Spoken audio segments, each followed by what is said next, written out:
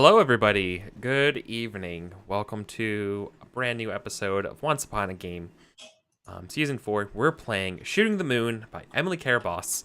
It's been a long time since I played this game, so I'm excited to get back to it. I'm also excited to play with these two friendly faces.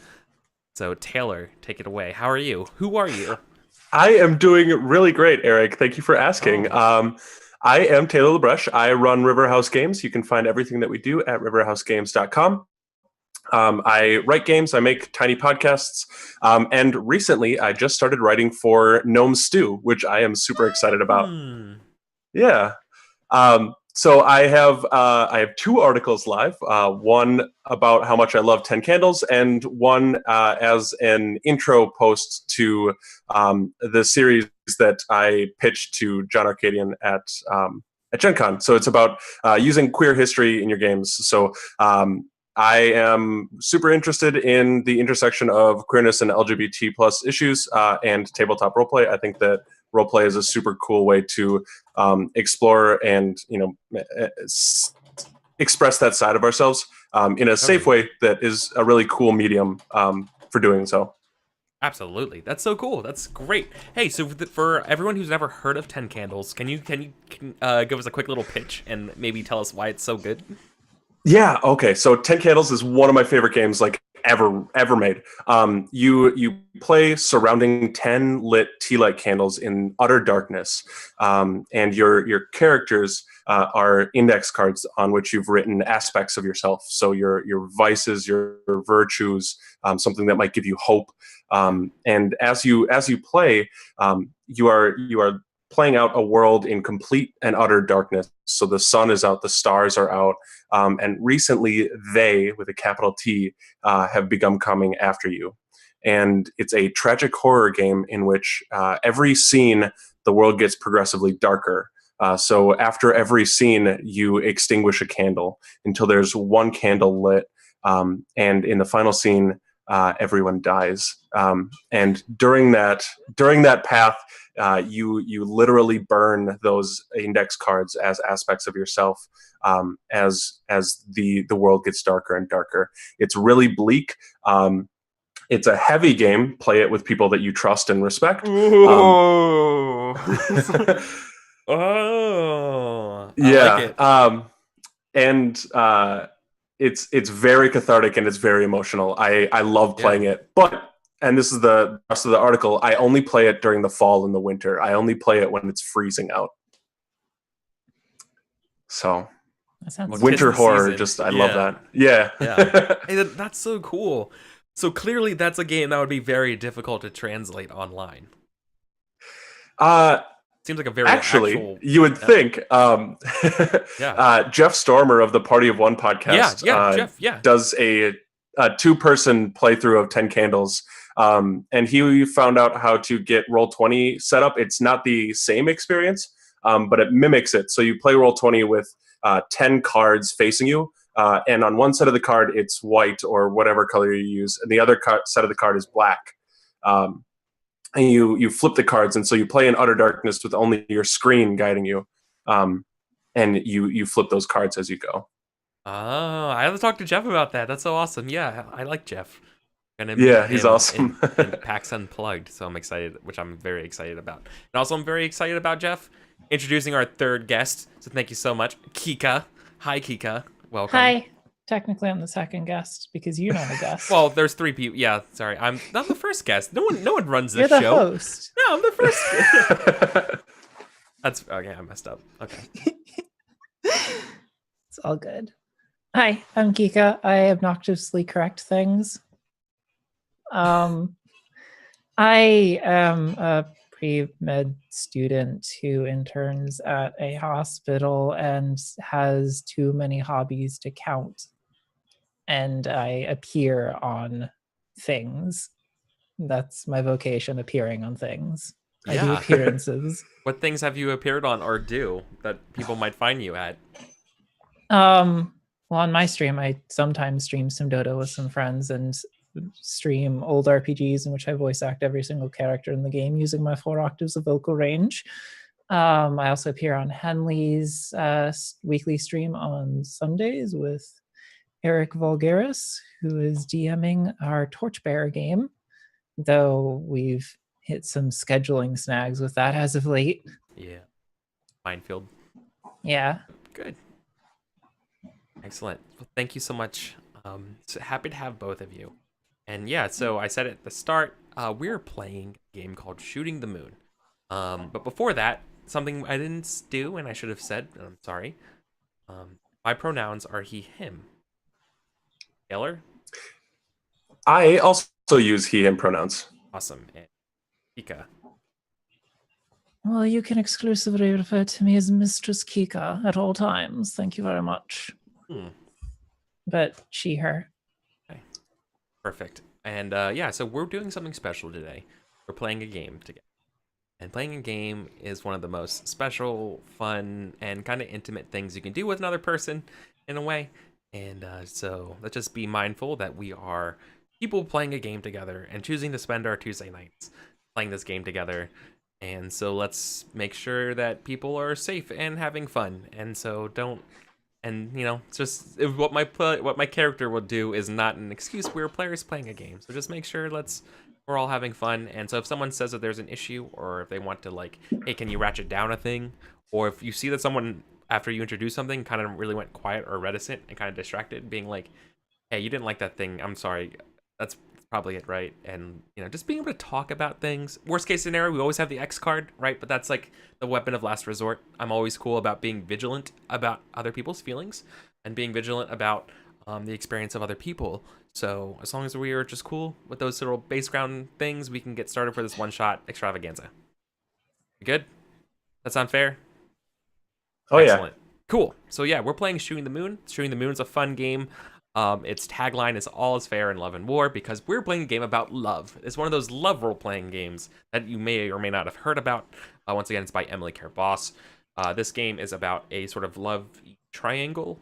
How we define love can be determined entirely by us. There's no sort of like predications other than that there is a beloved and there's two suitors. That's sort of the structure of the game. It's more or less GM-less, so I'll be the facilitator in the facilitator role of this game. And so it's pretty straightforward. This game can take place in sort of any setting, and that's kind of the first part we should get started with. Maybe just an overview of how this game's going to work, right? So let me paint the big picture of the game, and we'll then start playing. So how's that sound? Like I said a little bit before, we have a beloved and we have two suitors, right? And whether this is in space, whether this is on the high seas, whether this is you know, in a kingdom, whether this is all in an operating room, it doesn't matter the setting and location so far as that the real story is between the beloved and the suitors. The beloved in a 3-player game also has a goal of their own, while the suitor 1s and suitor 2s are trying to go after what's called the prize, and that would be sort of the affection level that we want from the beloved. They were vying for this goal, and it's a winner-take-all situation where it's a unique connection. The prize is a unique connection with the beloved. So if you wanted to play dueling apprentices for a dueling Padawans to a Jedi Master, that's totally possible, right? So you don't have to necessarily be romantic. You can be just affectionate, right? Senpai noticing you, in other words. So that's sort of the gist of the game. I'm kind of rambling a little bit. We're going to take turns playing scenes, and the way we set up scenes is that we're going to take turns being like the suitor plays a scene, second suitor plays a scene, beloved plays a scene. The way that works is that the person who's besides the beloved special, but if the suitor scene, suitor basically gets to replay with whatever they want. They set up the scene how you normally would setting up a scene. Then the other suitor can start introducing obstacles in the way of this free play at a point and being like, but as luck or as fate would have it, ellipses, then you can start you jump in and you narrate there's a problem. Then all of a sudden we start squaring away attributes and with a sort of like dice pool to see if you win or lose. And then if you win, then you achieve something, you get points towards your goal to the end of the game, right? So like that's basically the gist of the game. So we're just doing, so every scene's structured basically the same way.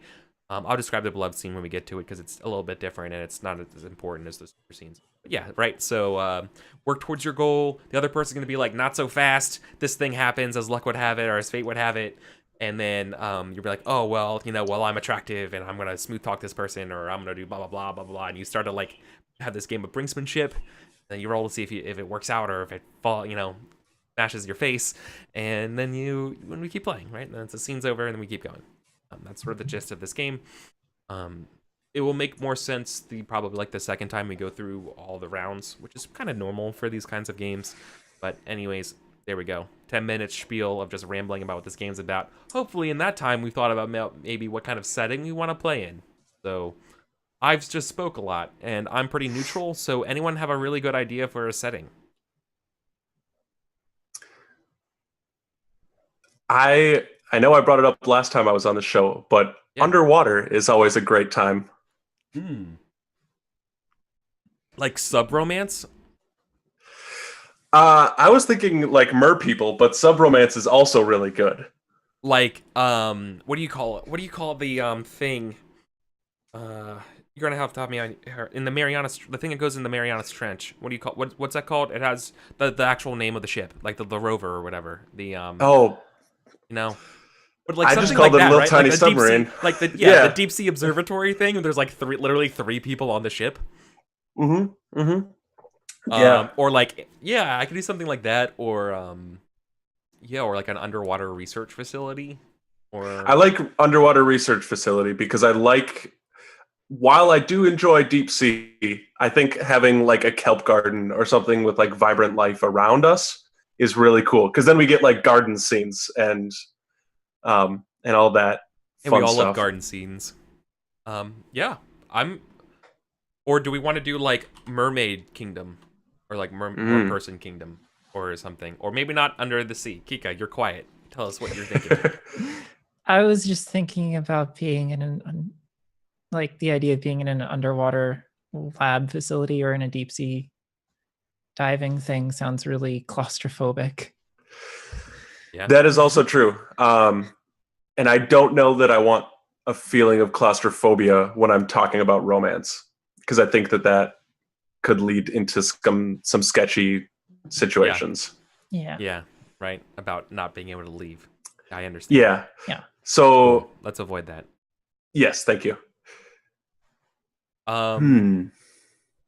The more I'm thinking about it, the more it's having some time to marinate. Mermaid Kingdom actually sounds pretty awesome. So I'm gonna vote for I'm gonna nominate Mermaid Kingdom, but what's everyone else thinking? Like what style of Mermaid Kingdom we talking? I'm thinking like the Little Mermaid. Yeah. Like literally like the Royal Kelp Gardens, talking fish. Something like very like fantasy, like kind of like high fantasy, not the who wrote The Little Mermaid? Hans Christian Andersen. Christian Andersen. Yep. Not depressing like Hans Christian Andersen, but very like Disney movie-esque romance. I mean, not so much the classic Disney part of the romance, but in terms of the vibrancy of colors and song and like that higher sort of almost like underwater Arthurian. What if you took that idea and made the setting kind of also with like a Marvel's Asgard feel to it? Yeah. Oh, I'm feeling that. Yeah, I'm cool with it. Yeah, definitely. Just ratchet up the fantasy a bit more. Yeah. Everything is coated in glitter. Yeah, underwater glitter. Let me go ahead and start updating Roll20 so we can have that stuff there. This is really good. I like Lots this a of lot. multicolored lighting. Underwater fantasy mermaid.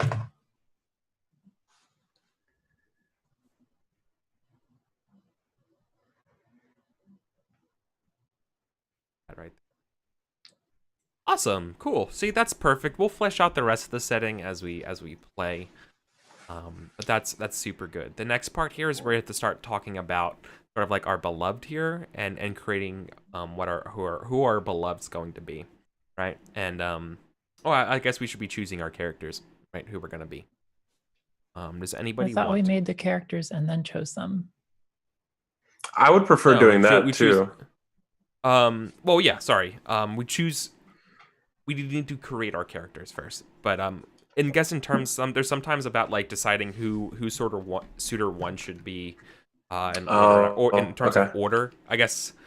All right. In terms of creation process, there might Hmm. be some because it goes suitor one, suitor two, beloved, and so like I know you don't choose who you are yet. It's weird online. Okay. That's the harder part, right?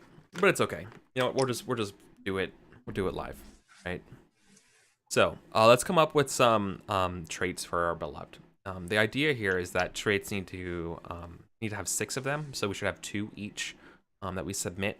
They should be representations of characteristics of either the person's body, their personality, just various strengths or resources they have in the world.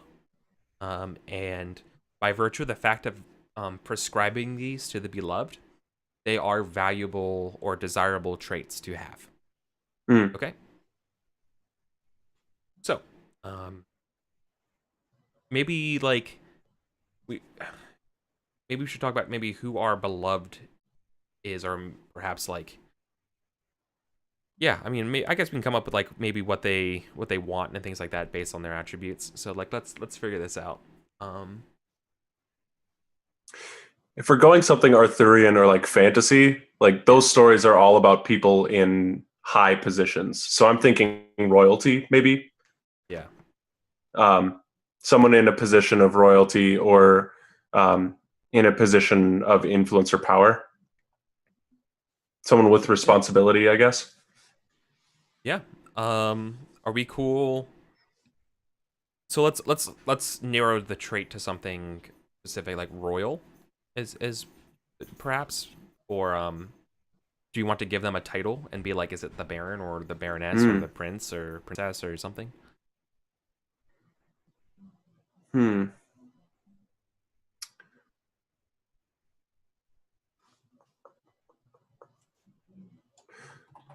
There's no wrong way to skin Yeah. this cat, right? It's entirely up to you. What are you thinking, Kika? I don't know. Viceroy just sounds cool. That does sound really cool. Viceroy. Cool. I'm gonna put down ambitious as their next trait. Nice. They have big plans.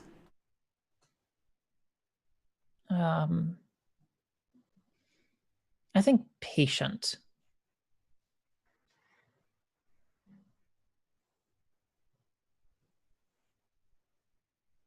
So are these positive and negative? Are they just positive traits? Are these Yeah, They're these are all desirable. these are desirable traits. okay. Duh, I think you said that already. But let's see. Ambitious, patient. Gifted? Or like talented, maybe? Success, because I'm trying to get across the like in fantasy stories, there's that ideal royalty who just like can do anything that they set their mind to as soon as they try it on the first try. And that's what you want to have the descriptor be. Yeah, I'm trying to. Oh, I can see why that's tricky now that I'm thinking about it. I was like, oh, of course it's It's like, how do you put that into one word? Accomplish. No, okay. Yeah. Is it masterful, skillful, craftful? You were about to say accomplished, and I think that feels good to me. Okay. But that is more what they've already done rather than their ability to Then potential. just generally do. It's true.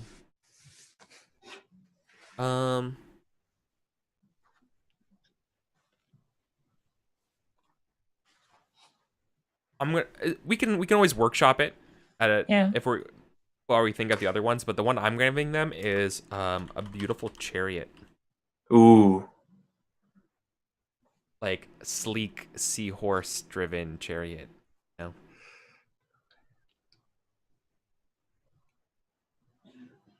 A refined palate. I'm sorry, not beautiful. The best chariot. Best. Hey. Objectively the best. And I'm sorry, Kika, you said what? A refined palate. I love that. They have a air for health and taste. It's in all the things, right? Yes. They are cultured. Okay, we got our 6. Cool. So the next things we're going to be doing is that we're going to be creating our suitors, and our suitors get to basically become they're all derived based off the beloved's traits. The way this is going to work is we're going to take turns, and we're going to grab synonyms and antonyms for these traits, and we're going to be assigning a synonym to one person, one suitor, and an antonym to the other.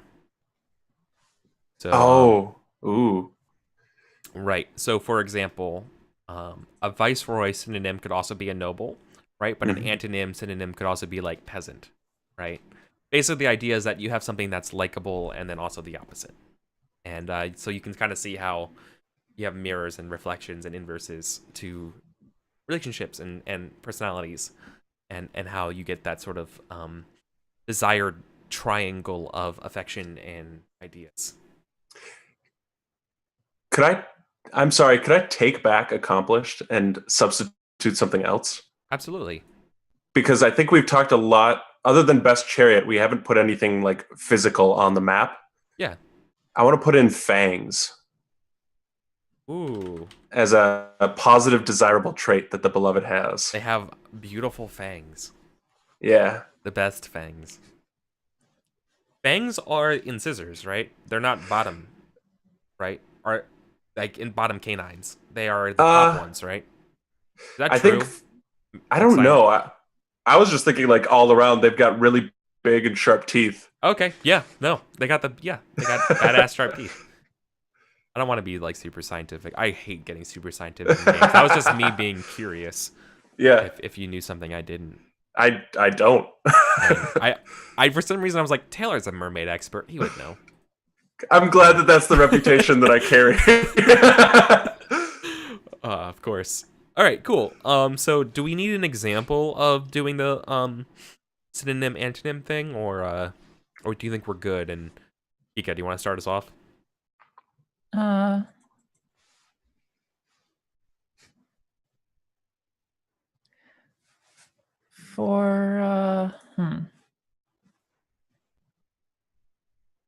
Maybe for refined palate, an antonym could be like easy to please, sort of. Something meaning similar to that. Like they're not very particular about things.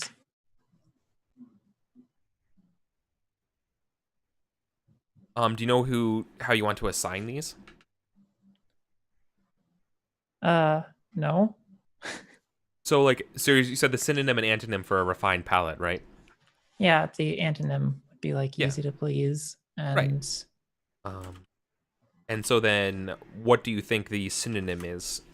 And then you have to assign easy to please to suitor 1 or suitor 2, and you assign this upcoming synonym to the opposite. Okay. Let's just give easy to please to suitor 1. Okay. And all the things that are synonyms for refined palate are kind of like negatives. Yeah, I know. Like snob. Yeah, but that's fine. They're desired traits in our game. Okay. So kind of snobbish. Yeah.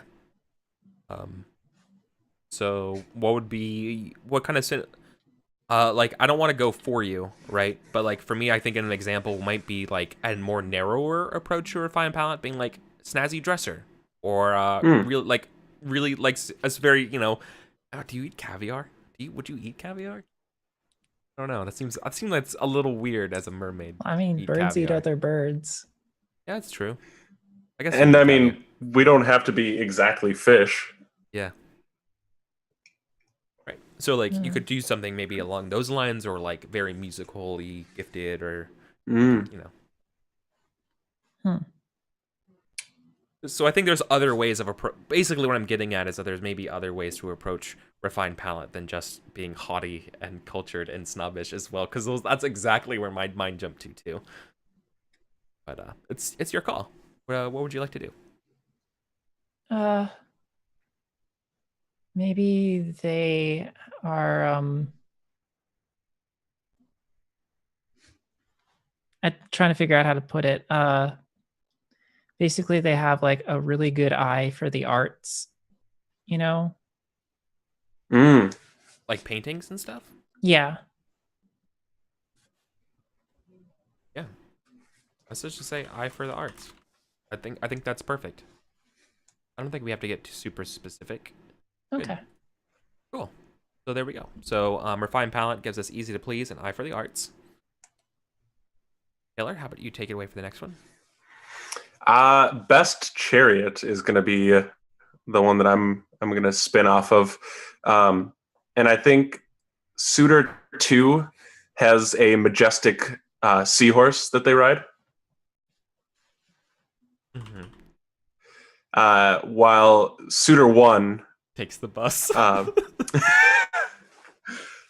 was going to say has they. I'm trying to find a snappy way to say it, but like I think that they have a very obstinate snail that they ride who Oh, yeah. doesn't like to cooperate. Like a Don Quixote. Yeah. I I think stubborn. obstinate snail. Yeah. Obstinate snail is. Obstinate. I know how to type. That's awesome. I love that. Oh, I love that a lot. He's a real, or they're a real urchin, which I feel like it's an amazing applicable to use in the underwater metropolis, which is awesome. Awesome. Cool. I'm gonna grab Viceroy, and I think it's gonna be clearly that one's gonna be a synonym to this is actually going to be Prince, like part of the royal family. Or I'm gonna say Prince. I'm gonna say royal blood. And I'm gonna. Are we really gonna have like this? I really want this rags to riches person, and I'm gonna have from the streets. Yeah. No, you know what? It might be better to do it. I'm gonna do it the other. I think it's actually better to do it the other way around. Oh. Yeah, challenge royal-blooded. that. Yeah, and this person's gonna be maybe not from the streets, but like I'm gonna say middle class, the bourgeois. Mm-hmm. I'm gonna say not royal. That's all. Or not noble, ignoble, not blue-blooded. Yeah. Right. Say not noble. I'll leave that open for us to describe. Yeah. What Yeah. if they, instead of being noble, are like from merchant. like the clergy? I'm gonna say merchant. Merchant. Like Okay. mercantile middle background. That would make sense with the majestic guild. seahorse. Yeah, right, exactly. Or maybe you're a sea urchin and all you have is your trusty Hey, horse companion. You just made a great pun with guild. They're from a guild. Oh, a guild! A guild! Oh, I didn't. Oh, nice. Nice. Oh, that's good. This is, yeah. Sorry, chat. If you don't like puns, you're in the wrong place. I mean, I literally have a poster behind me that says "Go for it." So it's a pun motivational poster. So, all right, cool. Back to Yukika. What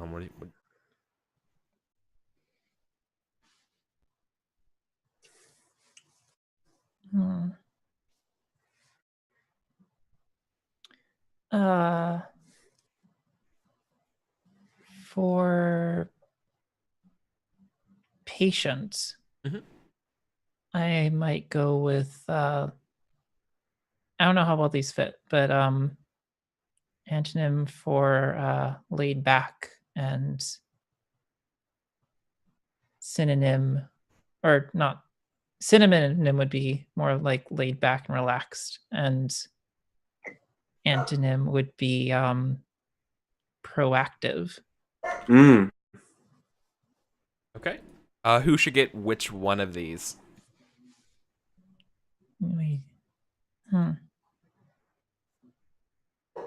Actually, I think I'm going to go with laid back for suitor 2 and proactive for suitor 1. Nice.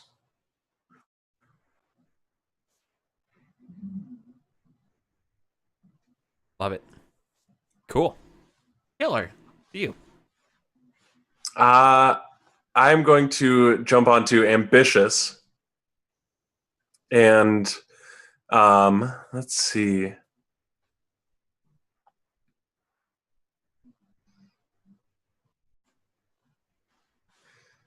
My synonym for ambitious, I think, is going to be uh, maybe powerful aspirations.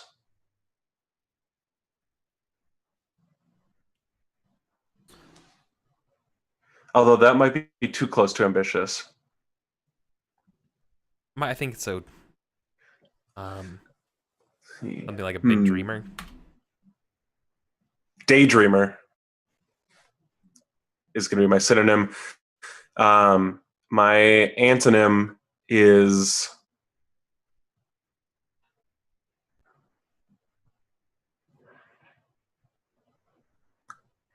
con- hmm.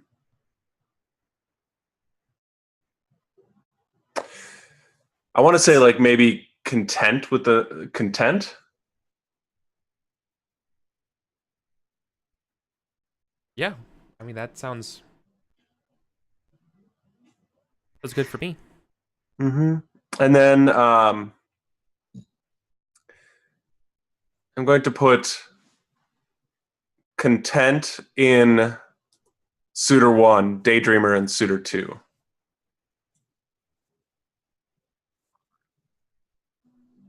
Ah. Okay. And then I guess I get fangs. Yeah. All right. I mean, obviously the antonyms is going to be bad teeth, Oh. right? Or fangless. I guess would be better. Dentures. And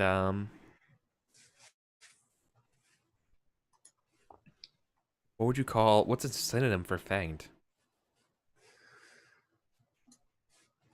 Well, if we're thinking about E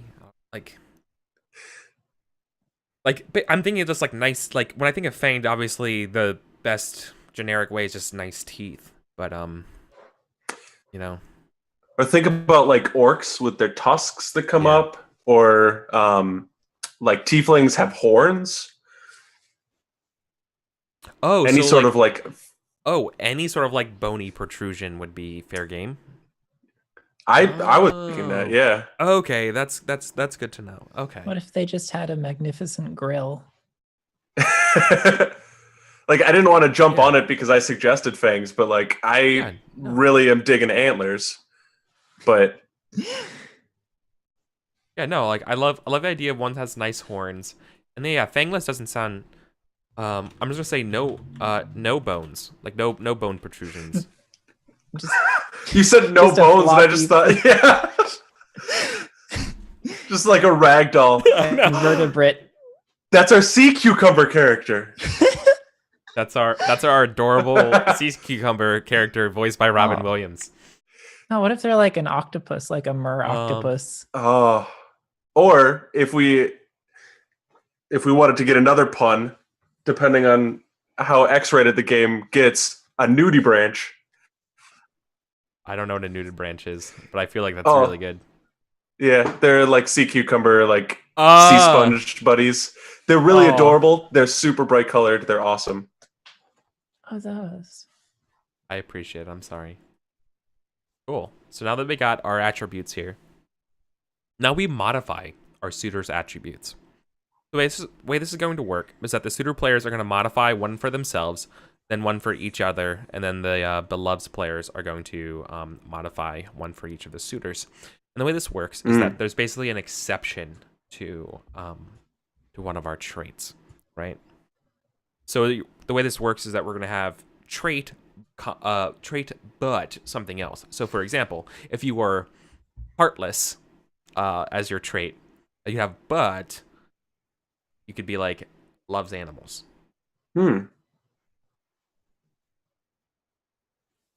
Is it just a but statement, or can you like expand on something? So like heartless and greedy.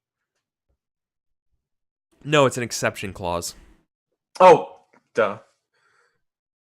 Shows me to pay more attention to the words that come before your point. So, let's see. All right, let's figure this out.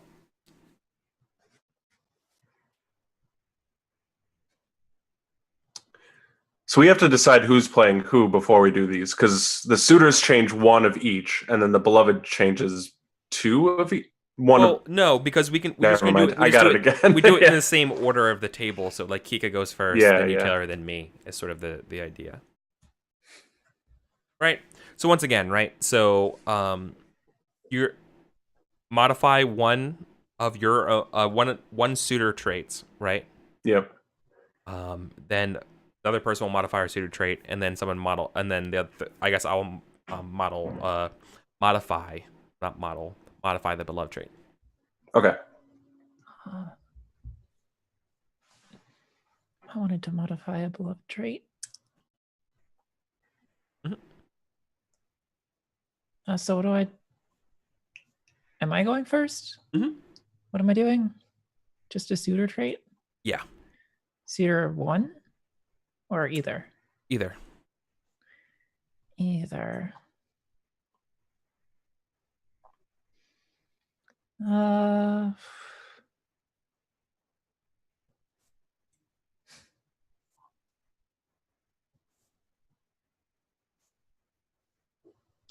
I'm going to go with obstinate snail, but fast when it wants to be.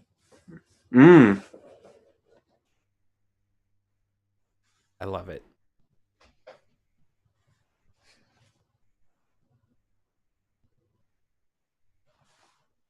That's super good. Cool. Taylor, to you. I am going to.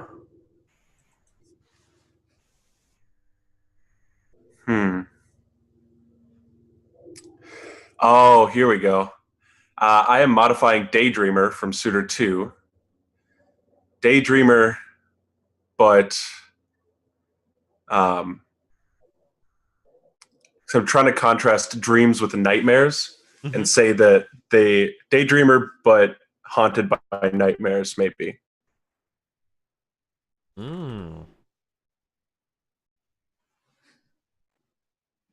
Of bad visions. Mm. Cool. And then I get to modify one for each of the suitors. That's how it works. The beloveds don't get modified. I was wrong. Okay. I thought they did. No. At least not yet. They get Okay. changed in a second. Let's see. I'm gonna modify suitor 1 of content. Content, but overbearing parents. Oh no. Parents are like, they're like, they don't want to do anything, but your parents constantly are pushing you into having to do stuff, right? That you don't want to. Is what I mean by that. And then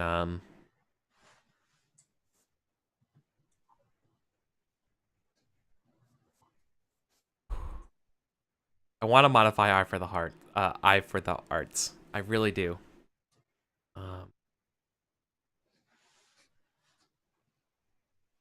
I'm gonna say, I think I might modify merchant and say merchant, but family has a past. Mm.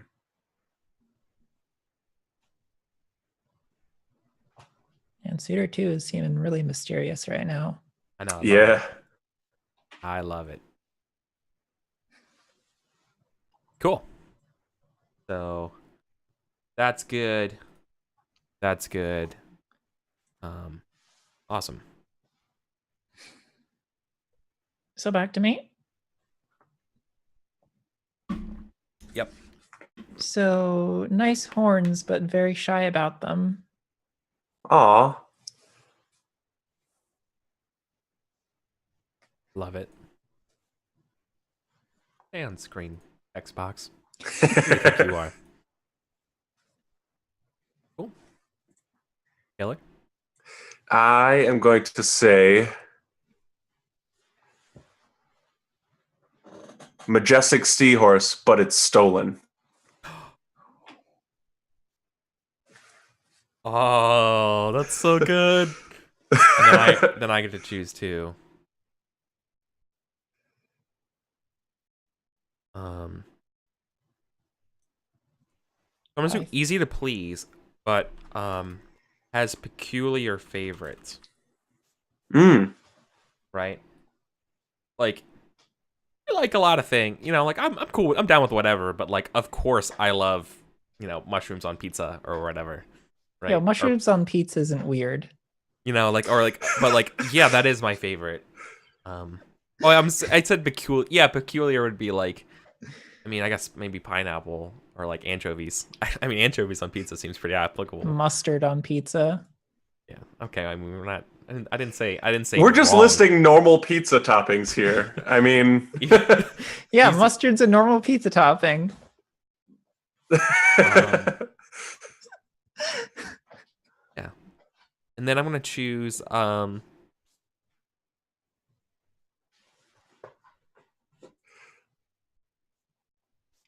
Oh, I don't know how to pronounce this, but Astani in the chat said for some reason I thought Suitor 2 was the seahorse, and I am devastated that I didn't do that we didn't establish that, because that is a good concept. Oh, that is a really good concept. And for some reason, hey Astini, for some reason my chat also, I didn't realize it now because I'm on two monitors. My chat has just been cycling around instead of showing stuff. So yes, that's a really good point. I mean, we still could do seahorses. Yeah. As long as they don't have any bone protrusions.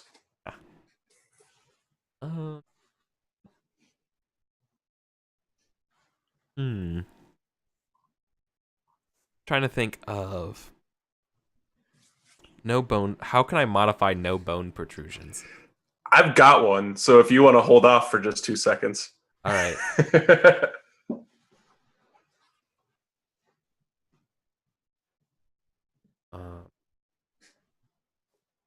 I'm gonna do laid back, but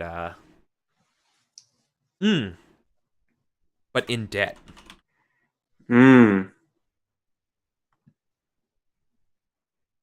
Yeah. Oh, that means your horse was stolen and you're in debt. Like, oh, you owe money. Oh, poor Suitor 2. You have these big dreams. When I said that the seahorse was stolen, I meant that Suitor 2 stole it. Like that's how they procured the magical seahorse. Oh, the majestic it's a hot good. It's not that okay. It's not it's not presently taken from them. Got it. Yeah. Okay, that's actually really good to know. Okay. Yeah. Those debt collectors are coming for his seahorse. Yep. All right. Mine's good.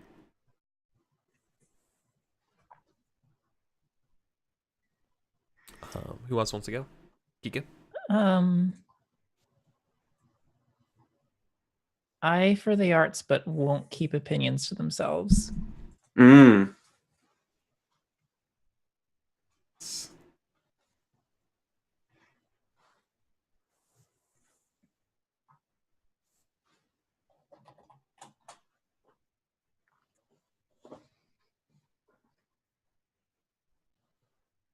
I'm gonna fix this roll 20 sheet once and for all. Give me 1 second.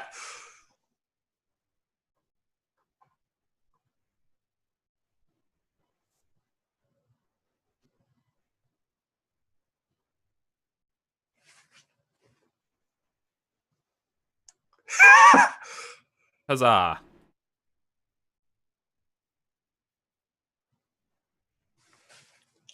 Nailed it. Okay. Let's get back into it. All right. That's a really good one, Kika. All right, Taylor? So no bone protrusions, but a prehensile tail. Ooh. And I'm thinking like a tail like a sea snake where it like ends and there's like fins at the end. Yeah, definitely. Mm-hmm. Oh man, I could like already see this movie. It's really good. I know. All right, cool. Somebody call Guillermo del Toro. All right, we're on the same wavelength. Okay. Awesome. All right, so now beneath the attributes of the beloved, we're going to write an answer to one of these following questions, right? You need to do 2 for suitor 1. Did I forget one? Forgot 2. Yeah. There's yeah. Royal blood and proactive. I did.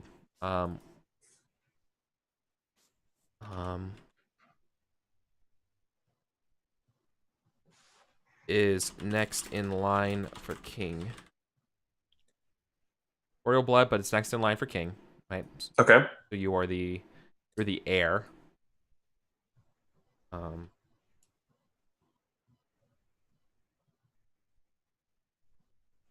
Proactive but reluctant to take responsibility. So I just invented C Simba. Simba. Somebody better do something about this, but it won't be me. Yeah, right? Oh god. Yeah, the opposite of it. I can wait to be king. There you go. I'm sorry. I mean, let me remove king because I mean, like, I don't want to predicate that they're masculine or anything like that. Sorry, I don't want my rulership. parents to die. I mean, we're also marrying a viceroy, which is also funny. I mean, I'm down for that. Okay. Cool. Sorry, you're absolutely right about that. So now all of ours have a butt to them, right? Nice. Cool. So now we look at our beloved traits, and the next thing we got to do here is we have to develop an opportunity, an obstacle, and a dream, for our beloved, right? So the opportunity is that why is our beloved available? So Kika, you get to answer that question. Oh, Taylor, dang. you get to answer the question of what major challenge is the beloved facing? And then I get to answer the dream of what is the beloved's goal or ambition. But I feel like maybe we can build on each other's answers. So yeah, Kika, you get the hard first pitch of the game. What if it's not a romantic relationship, but it's one where we're trying to get their political allegiance? Ooh, fuck. Okay. All right. Now we're doing Game of Thrones. Okay.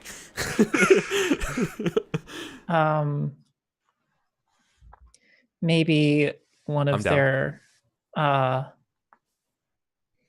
previous allies or benefactors recently mysteriously died. So the beloved is so the beloved's available is that their benefactor died? Yeah. Okay.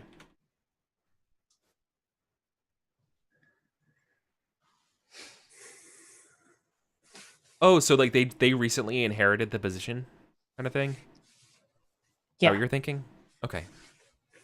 And like Or just something like that. and hold on. So can we maybe I don't know what a viceroy is. What is a viceroy? I'm thinking that's a counselor. That is a good question. Isn't a viceroy ruler a counselor? exercising authority in a colony on behalf of a sovereign.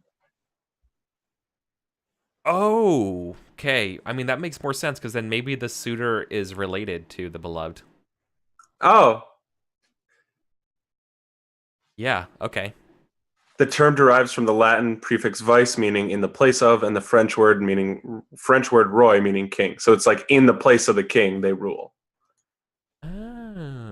Okay. Got it. Okay. All right. Yeah, so the previous ruler or previous benefactor passed away. Now the viceroy has that. So what's the obstacle what's the major challenge that the beloved is facing? That's a really good question, and I've been thinking very, very hard about this, and all I can stare at is best chariot. So I think that there's some sort of race that's going to happen. Oh my god, now we're doing the Fast and the Furious, which I'm also down for. Oh. Yeah, Listen, I would make the watch the stories hell that out you of want this to movie. read. Yeah. so it's The Little Mermaid meets Game of Thrones meets Fast and the Furious. I'm down. Okay. Yep, and directed by Guillermo del Toro. I mean that's kind of the best thing I've ever heard in my life. So If only Doug Jones wasn't free or wasn't busy. booked. Yeah. Obviously, we should just forward this VOD to Guillermo del Toro. Yeah. I'm bad with pronouncing Be like, names. look, I know you don't know who the three of us are, But we have a really great sequel for The Shape of Water. I just get a text from him being like, I'm down. I'd lose my shit. Yeah, honestly. All right.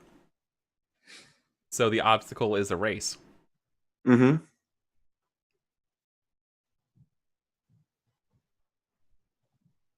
Upcoming race. Yeah, for sure. And then I got to come up with the dream.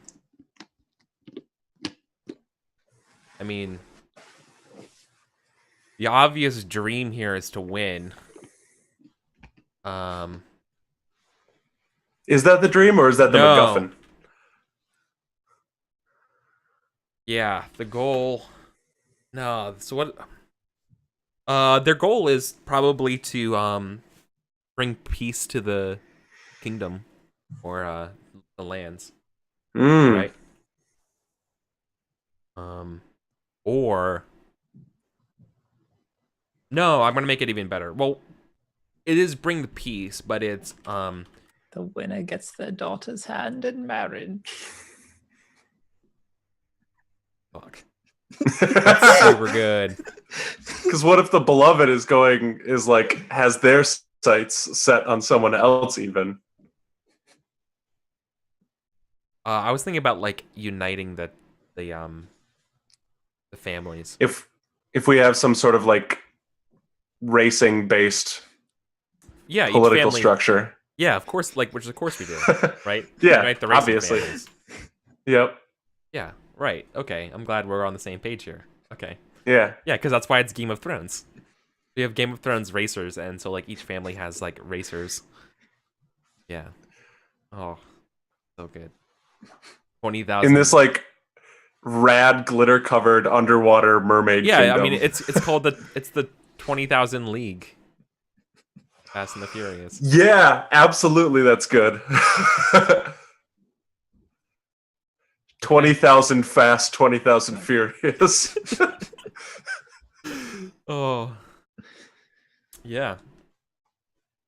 Cool. Fast and the Furious Driftwood. All right. So now we have to choose a couple more things, and then I think finally the setup is done.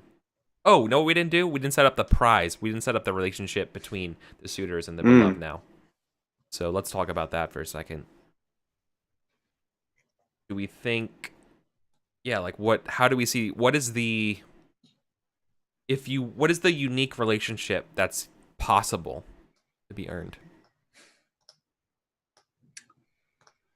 I like when Kika said that the suitors were competing for the political influence of the beloved. Yeah. That doesn't like preclude romantic like involvement or like affections or anything. It also doesn't require it either. Exactly, yeah. And that's what I like. But it doesn't rule it out completely. Yep.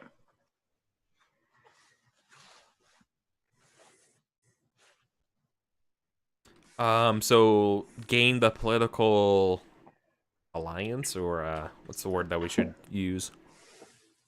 Connections, maybe? Yeah.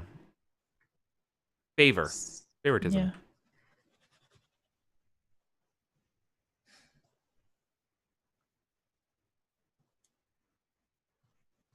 So you're both vying for the favor of the viceroy. Mhm. Okay. Okay. Interesting. Interesting. Okay. Works for me. So now the last thing we got to do is we got to do the suitor's traits one more time. So we have to come up with a person, place, and thing for our suitors. Right. So let's go around this. So Kika, once again, you've been doing so great starting off. So how about you go first, right? So this person can be a friend or an ally. Right? It could even be a rival or an acquaintance. A place could be just a location, either somewhere frequent or even some place that we just want to see. And the last thing would be sort of like like an object you would see, kind of like fiasco-y style, like pick an object. Suitor one's parents. Ooh. The rulers.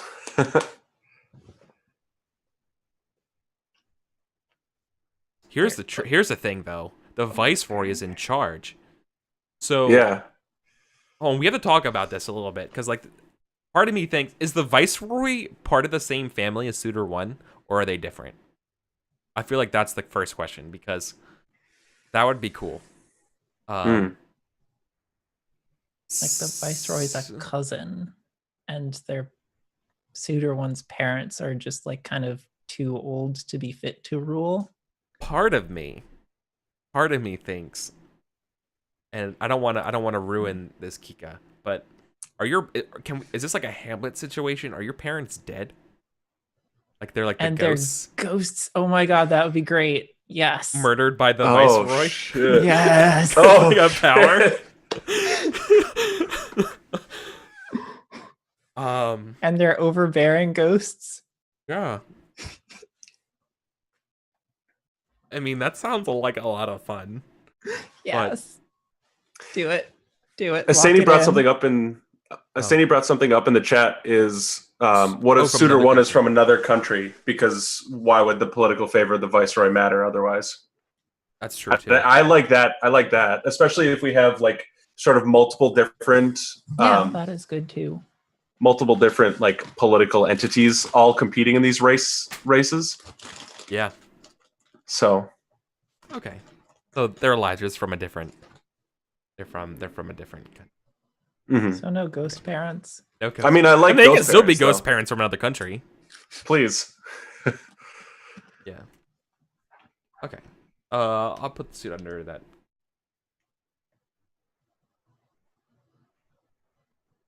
The overbearing royal parents.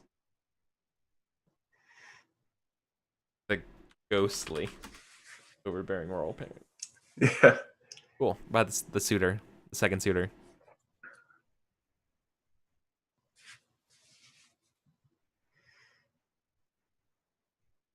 Taylor? Oh, person, place. I was gonna say, is this me? So the place for Suitor 2, I want to say the majestic edge of the abyssal shelf as a place. Wow. That also sounds like a really good post rock album name. Yeah. So everyone gets a person, place, or thing, right? But it's just easier to do, I think, back and forth that way. Mm-hmm. To think about it. All right.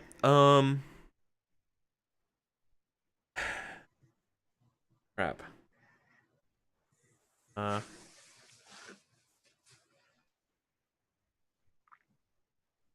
I mean, man, I gotta pick the racetrack. It does seem obvious, yeah. So are these person, place, or things unique to the specific characters, or Yeah, they're important, right? Okay. They're yeah. So They putting the frequently racetrack. either frequently associate it or it's something that you want to see in play. Okay. So putting the racetrack under Suitor 1 means that that location is more important to Suitor 1 than it is to Suitor 2? Yeah. Okay. Maybe. Okay. Cool. There's a lot of setup. It's fun. I like Yeah. it.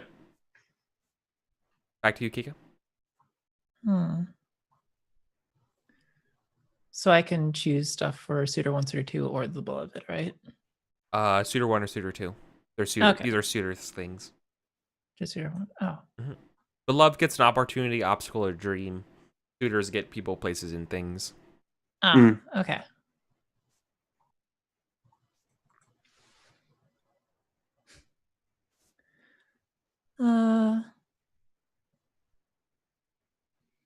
How about for Suitor 2? Is their criminal uncle who just got out of jail. Mm.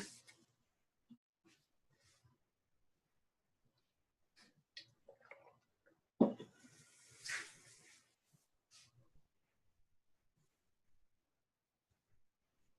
course. It's only natural. Yeah.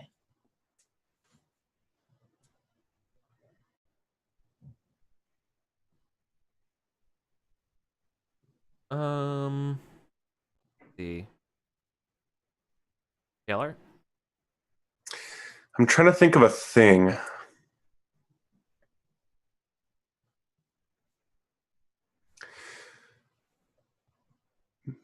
A mysterious pearl for Suitor 1.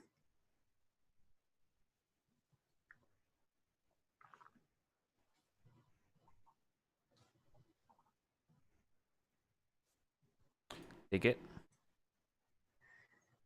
And I've come up with a thing for Suitor 2. I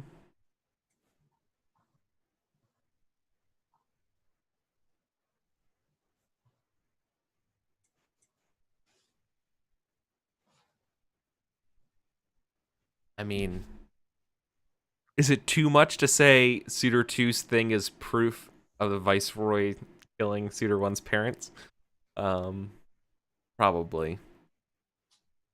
Just like on a piece of paper. I did it. I did it. Damn it. Taylor, we're very drift compatible. Let's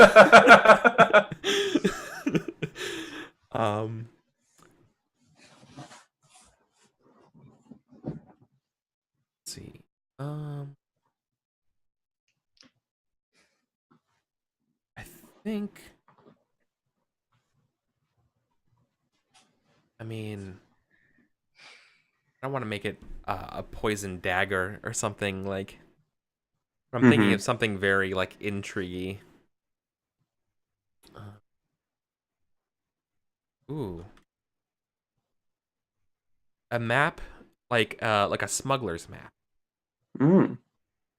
A map of all the hidden tunnels through the places. Through the region. Some call it a smuggler's map, but that's what I mean by that. It's all the cool hidey holes and hidden passageways to different places. I love this crime child who hangs out at the edge of the cliff. Oh, I know. We have poor you know, we have opportunistic crime child and royal man baby. Cool. Awesome. And then the last thing we got to do is conflicts.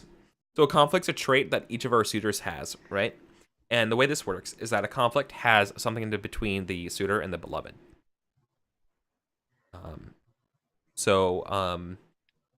These should be complicated. They should be complications to the game. And the way it works is that if you're able to use your conflict in a scene, when you would use it, basically it gives you extra dice than it would normally. When you're I mean, once again, like it's kind of, there's a part of the game that's very mechanical, and that's when it comes to trying to solve an obstacle. And the more traits you can call on to give yourself a benefit, sort of a la Lady Blackbird,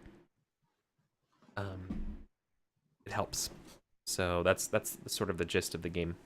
So you should have a conflict, and it could also be used as sort of a point of prodding by other Okay. players in the game, right? It's sort of a flag being like, yeah, I know this is complicated, but I get points if it comes into play, right? But also it makes my life more complicated and worse. It's the I'm- Viceroy Seahorse. Oh, Fuck. Oh. Yep. Absolutely. I mean, obviously. Oh, Yeah, but that's incredible. it's that what is the name of the Sherlock Holmes story? But it's painted a different color. Know what I'm talking about? Is this A Study in Scarlet? No. You know what? No? Okay. Yeah. I of love that the course, though. Suitor 2 just like stole a seahorse and then literally just painted it. They'll never know. Why I did mean, I it's- use it's just- water-based it's- paint? Yeah, it's disguised. It's incognito some way. Or Um, better, oil-based paint, and you just have a really slippery seahorse. and what do we think this Suitor 1's conflict is? I have a really good one. They are on the pit crew of the Beloved's direct competitor. On the pit crew against the Beloved. Yeah. So they're not racing against the Beloved, but the person who they belong- support. Yeah. So, because we said that they're next in line for rulership, maybe that ruler currently is competing. Oh yeah, they're the actual computer. That makes sense because they had the Yeah, vice the versa. Ghost Dad. Yeah. The ghost is racing. Oh god. Stan. Okay, cool. All right, I think this is pretty good. We're about ready to begin, so now it's probably, and also we're getting close to break time. So like, how about we take a break and we come back and we start doing some scenes? All right, Okay. everybody? Awesome. Cool. So I don't am go- really yeah. excited for this. I know, me too. This was super good. I know it took like a long time to do prep, and that's just a part of the game, but, But the prep it pays is off. fun. I know the prep was Oh, yeah. super fun. Like I said, like we really just want to send off this first 90 minutes to Guillermo del Toro to be like, make this thing. So yeah. Anyways, we'll be back in 6 minutes, everybody. Don't go anywhere. We'll see you on the other side of the break.